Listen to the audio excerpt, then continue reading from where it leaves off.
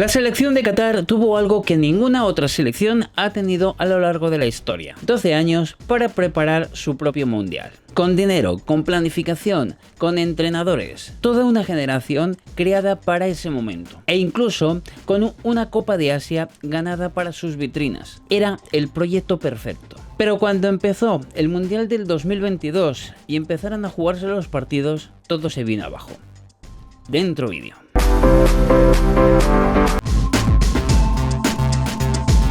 Nuestra historia de hoy empieza en el año 2010, que fue cuando se le concedió el Mundial, la organización del Mundial a Qatar para el año 2022. Y más allá de polémicas, que si queréis podemos tratar en otro vídeo, lo cierto es que la selección de Qatar no tenía ningún tipo de historia futbolística. Nunca habían jugado un Mundial y tampoco eran precisamente una potencia en el fútbol asiático. Así que desde el país pensaron en hacer algo que yo creo que no se ha hecho nunca.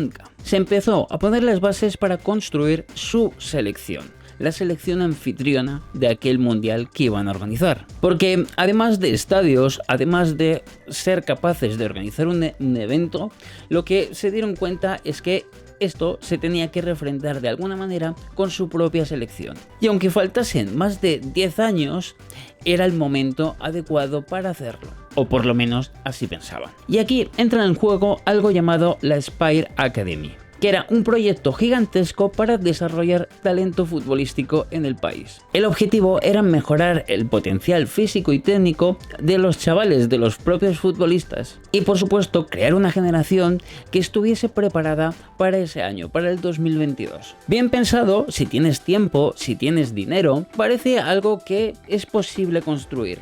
Y esto, dinero y tiempo, era algo que sí tenían. La pregunta era, ¿podían llegar a ser capaces de fabricar una selección realmente competitiva? Lo más sorprendente de todo es que este experimento en un principio parecía que salía bien. La selección de Qatar, que como he dicho no tenía ningún tipo de palmarés, no tenía ningún tipo de estructura futbolística, empezaba a conseguir buenos resultados. Y además muchos de los jugadores que jugaban en la selección hacían lo que pues se puede encontrar en un club: pasaban mucho tiempo del año jugando juntos. Era prácticamente como si fuera un club más que una selección nacional, porque mientras otras selecciones se juntaban de vez en cuando para jugar los partidos o bien amistosos o bien oficiales de cada una de ellas, en Qatar estaban jugando prácticamente durante todo el año. Qatar hacía concentraciones larguísimas y no paraba de jugar amistosos, torneos, etc. El objetivo era ganar experiencia, y si había que jugar amistosos por todo el mundo, no tenían ningún problema en hacerlo. Incluso, y aprovechando el Mundial de Qatar que iban a celebrar,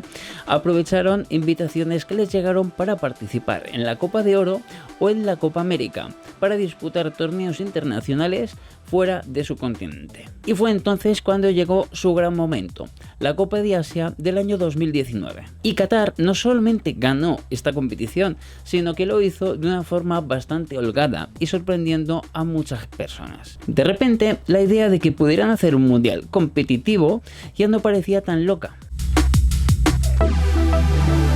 Hoy en día sabemos el resultado que tuvo Qatar en su mundial, pero nos podemos hacer una pregunta importante: ¿y si el problema fue intentar controlarlo todo permanentemente? Y esto lo digo porque cada vez que, cuanto más se acercaba el mundial, más crecía la sensación de que la selección, de que estos futbolistas estaban en una especie de otro mundo. Muchos jugadores llevaban años dentro del mismo sistema, conviviendo con los mismos futbolistas durante todo el tiempo prácticamente, con las mismas ideas, pero además con una presión gigantesca encima de sus hombros. Porque una cosa es jugar y ganar sin demasiados complejos una Copa de Asia, y otra es participar en tu mundial. De hecho, antes del partido inaugural, sus jugadores ya parecían estar extremadamente nerviosos. Y esto nos puede hacer tener un debate que yo creo que puede ser muy interesante, y es: ¿qué papel juega el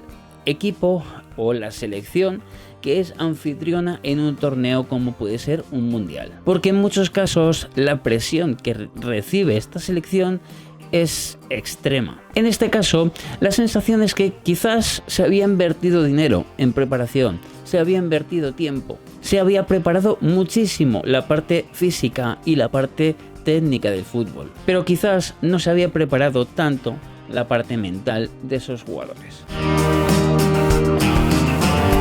Y entonces llegó el primer partido. El partido de presentación o el partido inaugural frente a Ecuador. Era el momento soñado para los cataríes. El mundial en su casa, la ceremonia de inauguración y un partido frente a una selección a la que esperaban poder competir fácil. Pero desde el principio de ese partido, la selección, los jugadores de Qatar, parecían estar completamente bloqueados. Cometían errores que no habían cometido nunca y daban la sensación de estar hiper nerviosos. Qatar terminó perdiendo aquel partido y entrando en la historia, aunque no de la manera que ellos hubiesen querido. Se convirtieron en la primera selección anfitriona en perder el primer partido de un mundial. Pero lo peor no fue el resultado, fue la sensación que transmitieron durante el mismo. Porque más que parecer una selección inferior, parecían una selección o un grupo de jugadores atenazados por la presión. Días más tarde llegaron nuevas derrotas frente a Senegal y frente a Países Bajos. Y el proyecto que llevaba 12 años fraguándose terminó en pocos días sin conseguir ni siquiera un punto.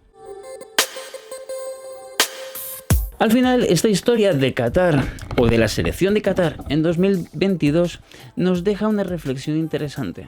Probablemente, sin miedo a equivocarnos, no vamos a encontrar otra selección que haya estado tanto tiempo preparándose para un torneo en concreto. Y mucho menos con tanto dinero y con tanta posibilidad de planificar. Porque cuando llegó el momento importante, ahí todo se terminó por desmoronar. Y quizás esto es así porque el fútbol, en realidad, y yo creo que ni la vida, es un laboratorio. Puedes preparar tácticas, puedes prepararte físicamente, tener las mejores instalaciones y la posibilidad de jugar partidos amistosos contra prácticamente cualquiera. Pero lo que no puedes simular es estar ahí, el día en el que todo eso se pone en juego. Y ante millones de personas, no solamente las de tu país, sino las del planeta entero.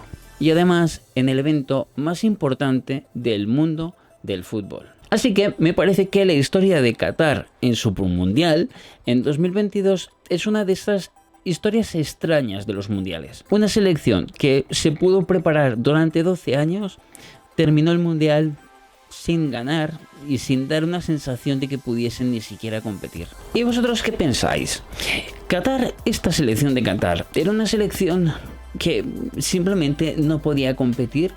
¿O pensáis que esta presión fue demasiado y que si no hubiese habido esa presión, aquellos futbolistas hubiesen dado otra imagen? A veces es posible que se preparen las cosas demasiado. Te leo en comentarios. Yo soy Alfon y aquí en Historias de Fútbol, aunque HF con Alfon parece un mejor nombre para el torneo, lo que estoy haciendo estos días es recuperar historias de mundiales.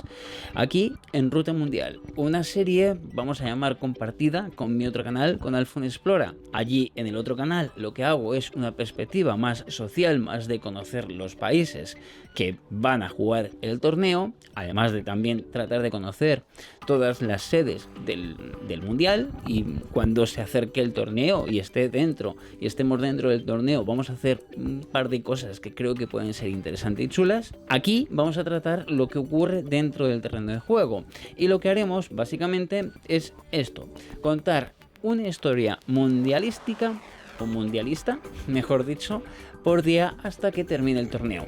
Y durante el mismo, también aquí en HF o en Historias de Fútbol, también haremos algo interesante porque vamos a hacer algo extra cada uno de esos días durante el Mundial. Vamos a dejar el vídeo aquí y nada, como siempre digo, si te interesa, si te gusta este proyecto, pues ya sabes lo que tienes que hacer. Suscríbete al canal, que es la mejor forma de ayudarme con esto. Y nada, vamos a dejar aquí el vídeo para emplazarte a mañana, que subiré una historia mundialista más.